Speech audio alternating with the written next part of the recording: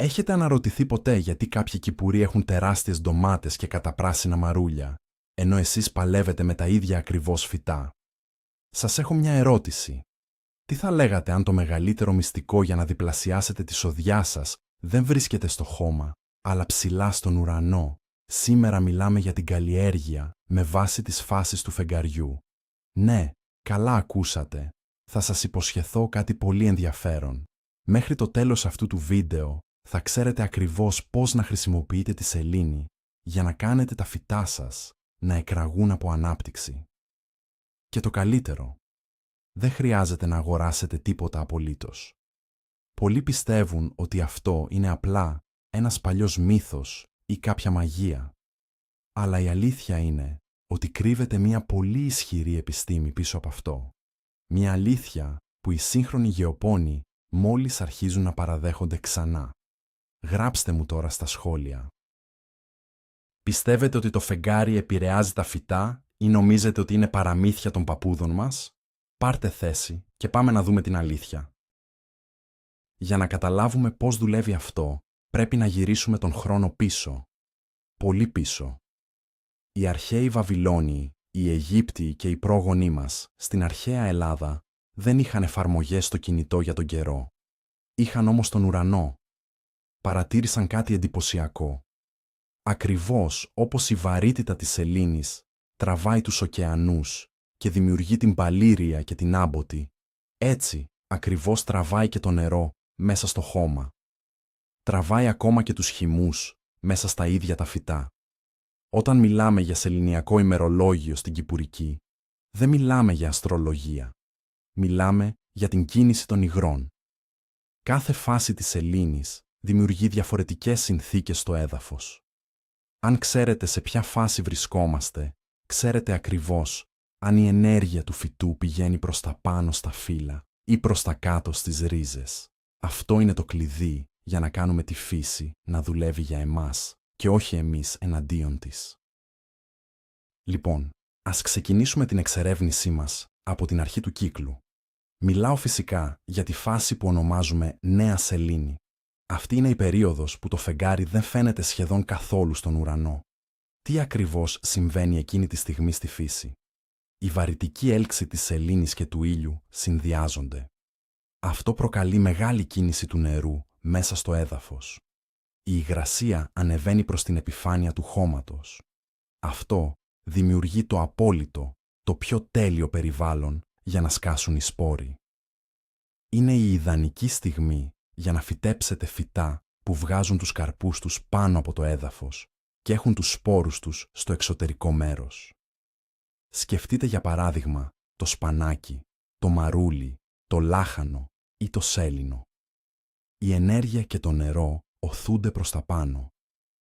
Πολλοί αρχάριοι κυπουροί κάνουν το λάθος να σπέρνουν όποτε βρουν ελεύθερο χρόνο το Σαββατοκύριακο. Αυτό είναι ένας τεράστιος μύθος. Η φύση δεν ενδιαφέρεται για το πρόγραμμά μας.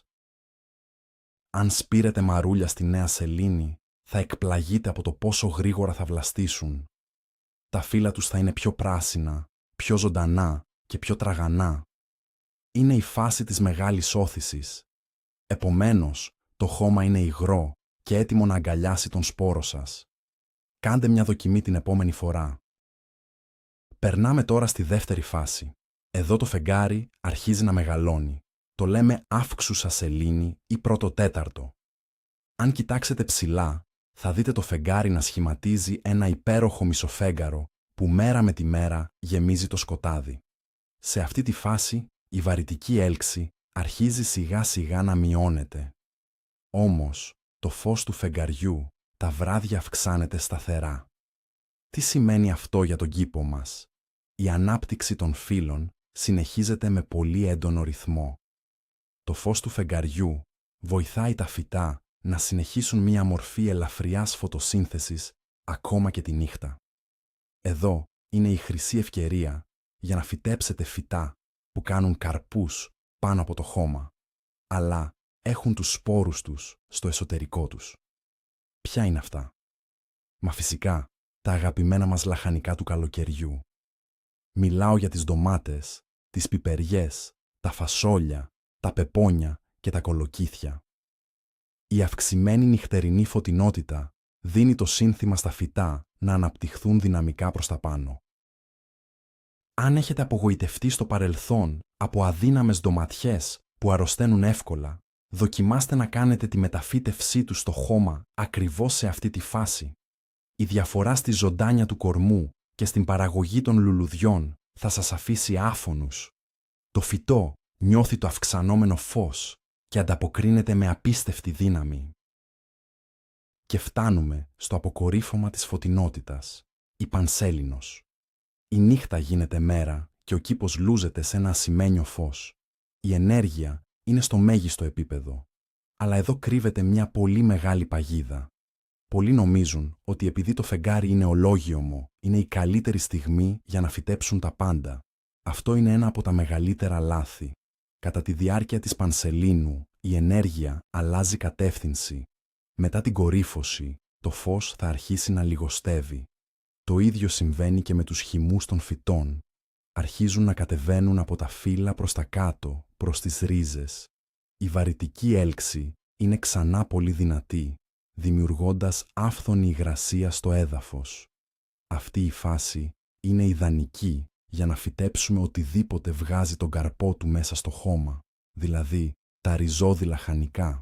Αν θέλετε τεράστια καρότα, χοντρές πατάτες, δυνατά κρεμμύδια, σκόρδα και παντζάρια, τώρα είναι η ώρα να τα βάλετε στο χώμα. Καθώς η ενέργεια τραβιέται προς τα κάτω, το φυτό θα ρίξει όλη του τη δύναμη στο να μεγαλώσει τη ρίζα του.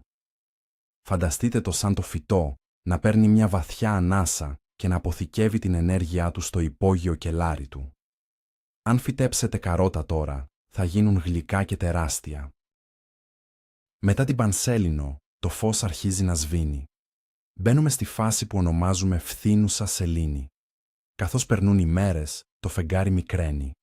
Μαζί του μειώνεται και η βαρυτική έλξη, αλλά και το νυχτερινό φως. Αυτή είναι η περίοδος της ηρεμίας. Είναι η στιγμή που η φύση ξεκουράζεται. Οι χυμοί των φυτών βρίσκονται στο χαμηλότερο σημείο τους. Τι κάνουμε εμείς σε αυτή τη φάση? Είναι η ιδανική περίοδος για τις βαριές δουλειές του κήπου, αλλά όχι για νέες φυτεύσεις. Τώρα είναι η ώρα για να κλαδέψετε. Αν κλαδέψετε τα δέντρα ή τους θάμνους σας τώρα, δεν θα χάσουν τους πολύτιμους χυμούς τους, γιατί αυτοί βρίσκονται ασφαλείς κάτω στις ρίζες. Το φυτό θα επουλώσει τις πληγές του πολύ πιο γρήγορα. Επίσης, είναι η τέλεια στιγμή για να κάνετε μεταφυτεύσεις. Όταν βγάζετε ένα φυτό από τη γλάστρα για να το βάλετε στο χώμα, οι ρίζες παθαίνουν ένα μικρό σοκ. Στη φθήνουσα σελήνη, επειδή όλη η ενέργεια είναι στραμμένη στις ρίζες, το φυτό θα πιάσει πολύ πιο εύκολα στο νέο του περιβάλλον. Αποφύγετε να σπείρετε οτιδήποτε αυτές τις μέρες.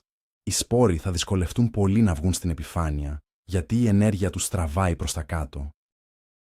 Ας μιλήσουμε τώρα για κάτι που συχνά αγνοούμε. Την καταπολέμηση των ζυζανίων. Όλοι μισούμε τα αγριόχορτα που πνίγουν τα λαχανικά μας.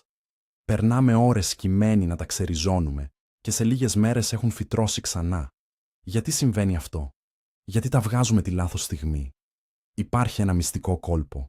Η καλύτερη στιγμή για να ξεχορταριάσετε τον κήπο σας είναι κατά τη διάρκεια του τελευταίου τετάρτου της σελήνης, λίγο πριν γίνει εντελώς σκοτεινή.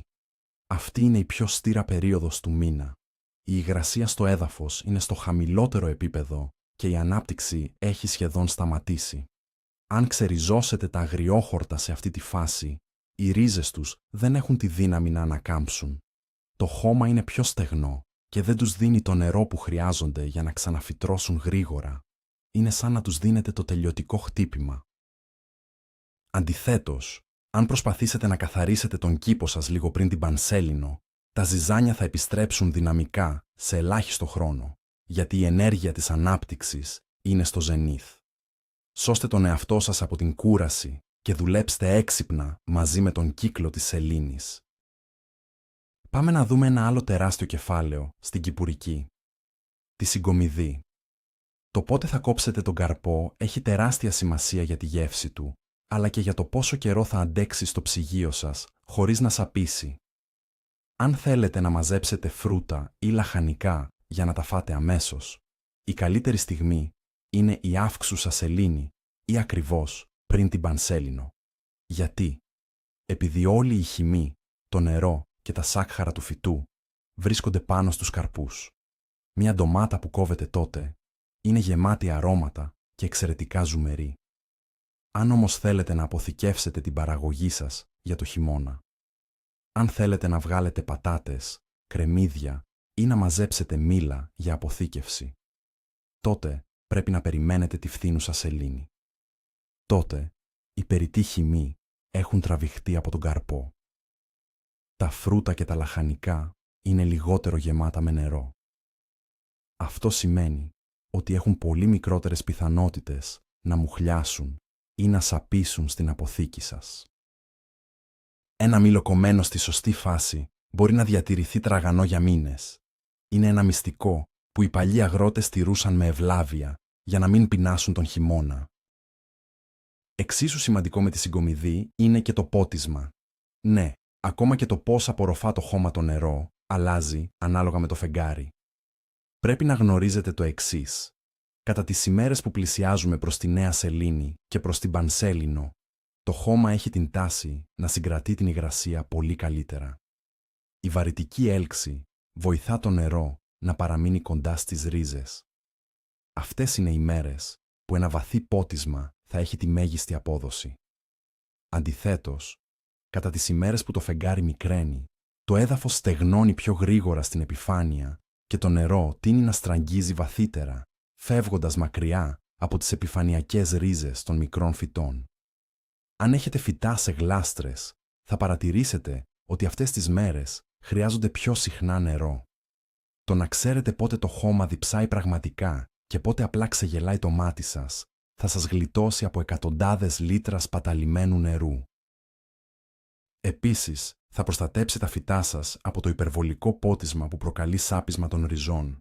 Το νερό είναι ζωή, αλλά ο σωστός χρονισμός είναι το μυστικό της επιτυχίας. Ας περάσουμε τώρα στο θέμα της λίπανσης. Όλοι θέλουμε να ταΐζουμε τα φυτά μας για να γίνουν δυνατά. Όμως, το πότε ρίχνουμε το λίπασμα κάνει όλη τη διαφορά. Υπάρχουν δύο είδη λιπασμάτων που χρησιμοποιούμε. Τα υγρά λιπάσματα και τα στερεά, όπως η κοπριά ή το κομπόστ. Αν θέλετε να ρίξετε υγρό λίπασμα ή να ψεκάσετε τα φύλλα με θρεπτικά συστατικά, κάντε το κατά την αύξουσα σελήνη. Τότε τα φυτά απορροφούν τα υγρά πολύ γρήγορα και τα ανεβάζουν απευθείας στα φύλλα και στα άνθη τους. Θα δείτε αποτελέσματα σχεδόν άμεσα. Από την άλλη πλευρά, αν θέλετε να ρίξετε στερεό κομπόστ ή χωνεμένη κοπριά στο χώμα, η ιδανική εποχή είναι η φθήνουσα σελήνη. Εκείνη την περίοδο η ενέργεια κατεβαίνει στις ρίζες. Το έδαφος έχει τον χρόνο να χωνέψει το οργανικό υλικό και οι ρίζες είναι έτοιμες να απορροφήσουν τα βαριά θρεπτικά στοιχεία αργά και σταθερά. Αν ρίξετε βαρύ λίπασμα στην πανσέλινο, υπάρχει μεγάλος κίνδυνος να κάψετε τα νεαρά φυτά σας, γιατί θα προσπαθήσουν να το απορροφήσουν απότομα. Η σωστή διατροφή θέλει τον σωστό χρόνο. Τι γίνεται όμως με τους εχθρούς του κήπου? Τα έντομα και τα σαλιγκάρια που τρώνε τους κόπους μας. Μαντέψτε. Και αυτά επηρεάζονται από το σεληνιακό φως. Έχετε παρατηρήσει ποτέ ότι μετά από μία βροχερή νύχτα με πανσέλινο, ο κήπος γεμίζει σαλιγκάρια? Το έντονο νυχτερινό φως, σε συνδυασμό με την αυξημένη υγρασία στην επιφάνεια του εδάφους, δημιουργεί το ιδανικό περιβάλλον για αυτούς τους ανεπιθύμητους επισκέπτες. Τα περισσότερα παράσιτα αναπαράγονται και τρέφονται πιο ενεργά γύρω από την πανσέλινο. Αυτό σημαίνει ότι αν σκοπεύετε να ψεκάσετε με κάποιο βιολογικό φάρμακο ή να βάλετε παγίδες, οι μέρες γύρω από την πανσέλινο είναι οι πιο κρίσιμες. Πρέπει να είστε σε εγρήγορση. Αντίθετα, κατά τις ημέρες της σκοτεινής σελήνης, η δραστηριότητα των εντόμων πέφτει κατακόρυφα. Είναι η κατάλληλη στιγμή για να καθαρίσετε τον κήπο από τα ξερά φύλλα, όπου κρύβονται τα αυγά τους, χωρίς να δεχτείτε άμεση επίθεση. Η κατανόηση αυτού του ρυθμού σας επιτρέπει να προλαμβάνετε τις καταστροφές πριν αυτές εξαπλωθούν σε όλη τη σοδιά σας. Μια εξαιρετική τεχνική για να έχετε διπλή σοδιά, ειδικά στα δέντρα και τα αμπέλια, είναι το μπόλιασμα. Το μπόλιασμα είναι μια μικρή χειρουργική επέμβαση στο φυτό. Παίρνουμε ένα κλαδάκι από ένα καλό δέντρο και το ενώνουμε με ένα άλλο. Για να πετύχει αυτή η ένωση, χρειαζόμαστε άφθονους χυμούς να τρέχουν στην πληγή για να την κολλήσουν. Γι' αυτό, το μπόλιασμα πρέπει να γίνεται πάντα, και τονίζω πάντα, κατά τη διάρκεια της αύξουσας σελήνης. Καθώς το φεγγάρι μεγαλώνει, οι χυμοί ανεβαίνουν με ορμή. Όταν κάνετε την τομή, το δέντρο θα στείλει αμέσως θεραπευτικά υγρά στο σημείο. Η κόλληση θα γίνει γρήγορα και με τεράστια επιτυχία. Αν προσπαθήσετε να μπολιάσετε ένα δέντρο στη φθήνουσα σελήνη, οι χυμοί βρίσκονται χαμηλά στις ρίζες. Το σημείο της τομής θα στεγνώσει. Το μπόλι θα ξεραθεί και θα αποτύχει παταγωδώς. Είναι κρίμα να χάνετε χρόνο και δέντρα για μια μικρή λεπτομέρεια ημερολογίου. Ρωτήστε οποιονδήποτε έμπειρο αμπελουργό και θα σας πει ακριβώς το ίδιο πράγμα. Το φεγγάρι κυβερνά τους χυμούς. Ένα ακόμα μυστικό αφορά τα βότανα και τα αρωματικά φυτά σας. Η ρίγανη, το θυμάρι, ο βασιλικός και ο διόσμος. Τα φυτά αυτά τα καλλιεργούμε κυρίως για τα αιθέρια έλαιά τους. Αυτά τους δίνουν το υπέροχο άρωμα και τη θεραπευτική τους δύναμη. Πότε είναι τα αιθέρια έλαια στο μέγιστο επίπεδο? Λίγο πριν την Πανσέλινο, νωρίς το πρωί, μόλις έχει στεγνώσει η πρωινή δροσιά. Η ενέργεια είναι όλη μαζεμένη στα φύλλα και τα έλαια είναι εξαιρετικά συμπυκνωμένα. Αν μαζέψετε τον βασιλικό σας εκείνη την ημέρα, το άρωμά του θα πλημμυρίσει το σπίτι σας και το πέστο σας θα είναι απίστευτα γευστικό. Αντιθέτως, αν μαζέψετε βότανα στη φθήνουσα σελήνη, θα διαπιστώσετε ότι είναι άτονα. Τους λείπει η ένταση. Όταν φτιάχνουμε αποξηραμένα βότανα για το χειμώνα, θέλουμε να έχουν κρατήσει όλη τη δύναμη του καλοκαιριού μέσα τους. Ο σωστός συγχρονισμός με το σεληνιακό φως είναι η διαφορά ανάμεσα σε ένα απλό τσάι και σε ένα αφέψιμα που πραγματικά σε αναζωογονεί και σε θεραπεύει. Τώρα, ξέρω τι σκέφτεστε. Μήπως όλο αυτό είναι πολύ περίπλοκο? Μήπως πρέπει να κοιτάζω τον ουρανό με τηλεσκόπιο κάθε μέρα? Όχι, καθόλου. Η ιδέα δεν είναι να γίνετε σκλάβοι του ημερολογίου, αλλά να αποκτήσετε μια γενική αίσθηση του ρυθμού. Στην αρχή, ξεκινήστε με τα πολύ απλά. Αγοράστε ένα ημερολόγιο τοίχου που δείχνει τις φάσεις της σελήνης. Υπάρχουν παντού. Σημειώστε με ένα πράσινο μαρκαδόρο τις μέρες από τη νέα σελήνη μέχρι την Πανσέλινο. Αυτές είναι οι μέρες δράσης πάνω από το χώμα. Σπορές, μεταφυτεύσεις λαχανικών, υγρά λιπάσματα. Μετά, σημειώστε με ένα καφέ μαρκαδόρο τις μέρες μετά την Πανσέλινο. Αυτές είναι οι μέρες δράσης κάτω από το χώμα. Βολβή, ρίζες, κλαδέματα, ξεχορτάριασμα. Μόνο με αυτόν τον απλό διαχωρισμό θα δείτε τεράστια διαφορά στην παραγωγή σας. Σταδιακά θα γίνει δεύτερη φύση σας. Θα βγαίνετε στον κήπο το βράδυ, θα κοιτάτε ψηλά και θα ξέρετε ενστικτωδώς τι πρέπει να κάνετε την επόμενη μέρα. Είναι ένας υπέροχος τρόπος να συνδεθείτε πραγματικά με τη γη και το σύμπαν γύρω σας. Και να λοιπόν, που φτάσαμε στο τέλος, τα είδαμε όλα αναλυτικά. Το μυστικό για τη διπλή σοδιά δεν είναι τελικά κάποιο μαγικό φίλτρο στο μπουκάλι, αλλά η απόλυτη αρμονία με τους νόμους της φύσης. Η βαρύτητα, το νερό, το φως και η χυμή των φυτών χορεύουν σε έναν ρυθμό που υπαγορεύει το φεγγάρι. Αντί να πηγαίνετε κόντρα σε αυτό το ρεύμα, σπαταλώντας χρόνο και χρήμα, τώρα ξέρετε πώς να πλεύσετε μαζί του. Τα αποτελέσματα, σας το εγγυώμαι, θα σας αφήσουν άφωνους. Οι ρίζες θα είναι πιο γερές, τα φύλλα πιο πράσινα και οι καρποί πολύ περισσότεροι. Σας ευχαριστώ ειλικρινά που μείνατε μέχρι το τέλος αυτού του βίντεο. Ελπίζω να βρήκατε αυτές τις πληροφορίες πολύτιμες. Αν σας άρεσε το βίντεο, μην ξεχάσετε να κάνετε εγγραφή στο κανάλι μας και να πατήσετε το κουμπί του «Μου αρέσει», γιατί έτσι μας βοηθάτε να δημιουργούμε περισσότερο περιεχόμενο. Και πριν φύγετε, έχω μια ερώτηση για να συζητήσουμε στα σχόλια. Ποιο είναι το πρώτο φυτό που σκοπεύετε να φυτέψετε ακολουθώντας το σεληνιακό ημερολόγιο? Θα χαρώ πολύ να διαβάσω τα σχέδιά σας.